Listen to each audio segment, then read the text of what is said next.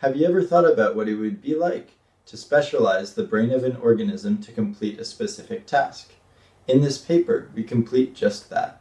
We take the brain of a C. elegans, a small worm, and show a simple way to fine-tune that network so that the worm gets better at a specific food-gathering task. Reinforcement learning, which is what we use in our paper, typically shines with big neural networks and discrete actions, but our network is highly recurrent, meaning there's lots of loops. Gradients and derivatives, which are crucial for large neural networks, become unfeasible when there are large numbers of loops. Because of these loops, our gradients will not be able to be backpropagated through the network, as they will either explode or vanish due to the highly recurrent connections.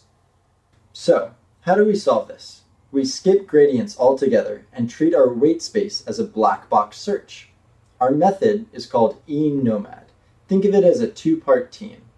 E stands for evolution, and it tries out many possibilities and represents broad exploration.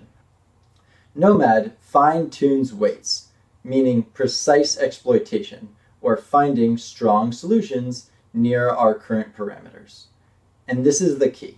We start from biology, the real worm's connectome, the original parameters, and then we make minimal edits instead of rebuilding the whole brain.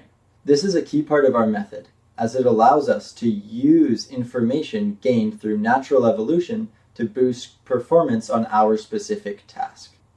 In our paper, we introduce two separate versions of the algorithm: Random Evolutionary NOMAD, or RENOMAD, in which many small weight changes across a lot of connections optimize the network. In addition, we also introduce Mutation Evolutionary NOMAD, or MENOMAD, in which bigger changes across fewer connections also optimize the connectome to a similar performance. So, how do we benchmark our method against the current industry standard? Well, we simulate a worm in a 2D arena with 36 food sources laid out in shapes like triangles, circles, and pentagons. The worm has sensory neurons that fire when food is nearby or when it gets too close to walls, a recurrent neural core that processes the sensory neurons and sends that processed information to muscle actuators. These muscle actuators control the direction and speed the worm is going. I mentioned before that we are doing reinforcement learning, and a key part of reinforcement learning is having a reward function. And our reward function is very simple. If you're close to food, you get a small reward. And if you eat a food source, then you get a big reward.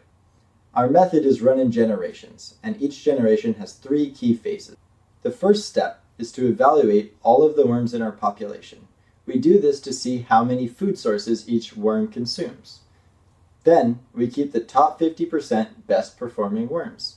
This means that we have selection pressure, meaning only the best worms will survive and continue to the next generation.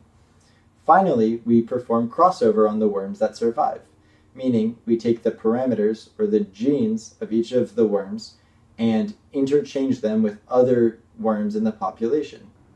Crossover means that our population will converge towards highly performant solutions, meaning that as the generations go on and on and on, the average fitness of our population will only increase. So, what happened as a result of our experiments? Both ENOMAD versions beat strong baselines like pure evolutionary search and other popular evolutionary strategies.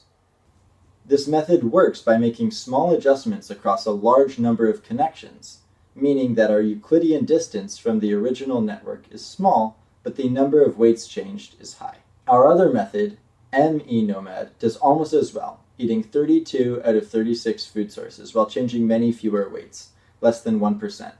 However, this method changes the weights to a much higher degree, meaning a much higher Euclidean distance. RENOMAD is the method for you if you want a low Euclidean distance from your biological prior. If you want a low number of weight changes or parameter changes from your prior, then you should use the MENOMAD method. In short, our method demonstrates that a few targeted edits go a long way when you start from a strong biological prior. So, why does it matter? Who cares? Why is our experiment interesting? First off, we treat our network as a black box. We do not care about gradients, the reward function, or messy dynamics. This means that our method can be used in a vast number of situations, as you could easily take our method and apply it to a different connectome for a different task. In addition, our method is biologically grounded. We respect the original network and we aim to make as few edits as possible. This is a vital part of our method, as we can leverage the strength of the naturally evolved biological network and connection strengths in order to boost task-specific performance. Our method also suggests a recipe for other map circuits. We can start from nature using a generalized connectome and specify this network for a specific task. In addition, it's important to discuss the limits of our method. We trained in a simulation on tasks that are close to the worm's real behavior, and the success of our method relies on the original network being near a good solution. If you ask for something that is far different from what nature has built, you'll need bigger changes, and the advantage of our method fades away. In conclusion, our method works well when we have a biological prior, and we can leverage the strengths of this biological prior to inform and guide our searches. Thank you so much for watching, and I hope you enjoyed. If you'd like to try it, all of the data and code is on Github, and in addition, you can install our method using PyPy.